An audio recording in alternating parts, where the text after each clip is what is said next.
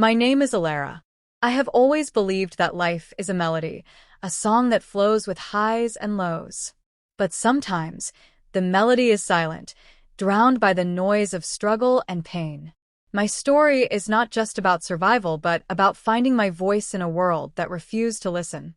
I was born in a small town where expectations for girls were as limited as the sky above me on a cloudy day.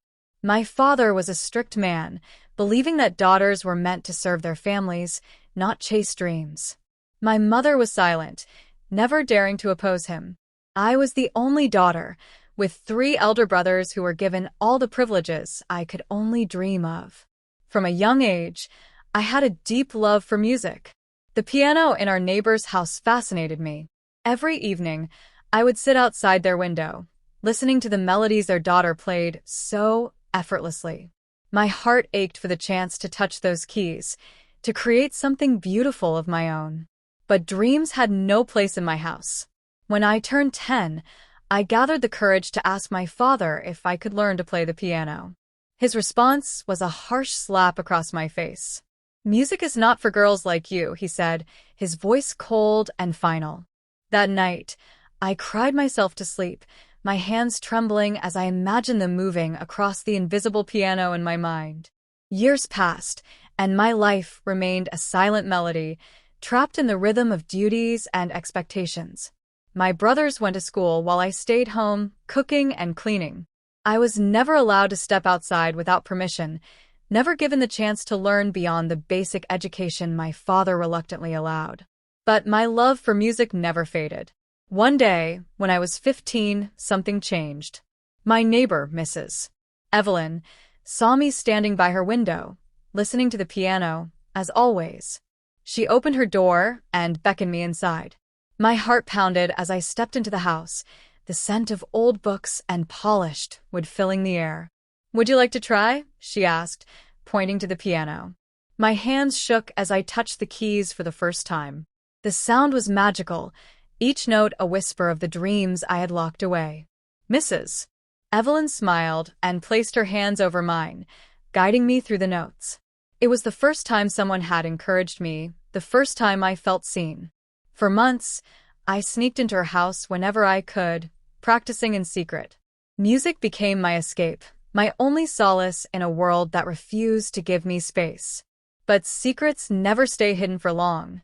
One evening, my father found out. He stormed into Mrs. Evelyn's house, dragging me home by my wrist. The beating that followed left bruises not only on my skin but deep inside my soul. "You will never touch that instrument again," he roared. My mother stood in the corner, silent as always. That night, I made a decision. I would not let my melody be silenced. The next morning, I packed my few belongings and left.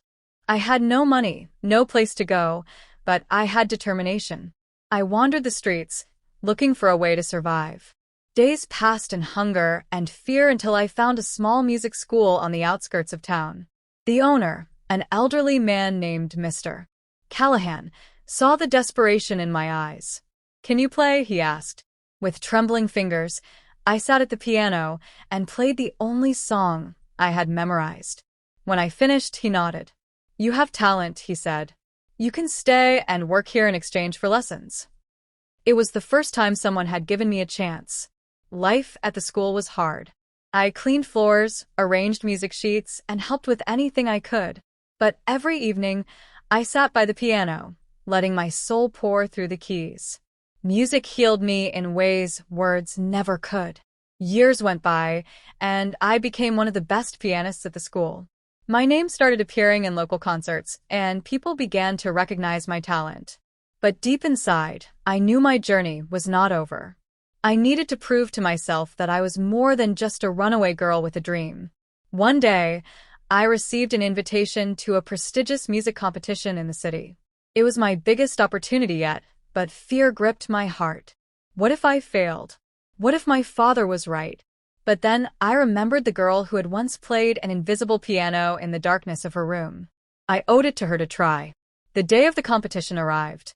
As I stood backstage, my hands trembled with a mix of excitement and fear.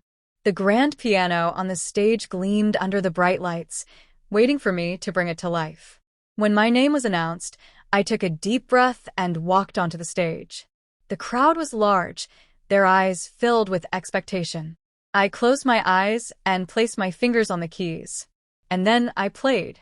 I poured my soul into every note, letting my pain, my struggles, and my dreams flow through the melody. The music was not just a performance, it was my story, my rebellion against the silence that had once trapped me. As I played, I felt the weight of my past lift, replaced by the strength of the girl who had never given up. When the final note echoed through the hall, there was silence. And then applause, thunderous and unending. Tears filled my eyes as I stood up and bowed. I had done it. I had finally broken free. After the competition, a woman approached me. She introduced herself as a representative from one of the best music academies in the country. "We would love to offer you a full scholarship," she said. I could hardly believe it. From a girl who was forbidden to touch a piano to a musician with a future, I had come so far. But there was one thing left to do. With my acceptance letter in hand, I returned home for the first time in years. My heart pounded as I stood at the doorstep of my childhood house. When my mother opened the door, her eyes widened in shock. "Ilara," she whispered, tears brimming in her eyes. My father was sitting inside, his expression unreadable. I stepped forward, holding out the letter. "I wanted to show you this," I said. "I made it. Without your permission, without your support, but I made it." He looked at the letter, then at me. For a long moment he said nothing. Then he sighed and looked away. "You always were stubborn," he muttered.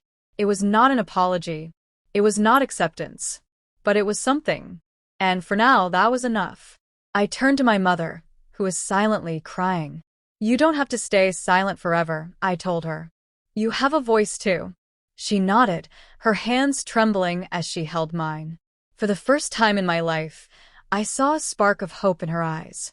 As I walked away from the house, I knew my journey was far from over. But I had found my melody again. And this time, no one could silence it. This story is for everyone who has ever been told that they are not enough, that their dreams don't matter. No matter how hard life gets, no matter how many people stand in your way, never stop fighting for your dreams. The world may try to silence you, but your voice, your melody, is yours alone. And one day, the world will have no choice but to listen.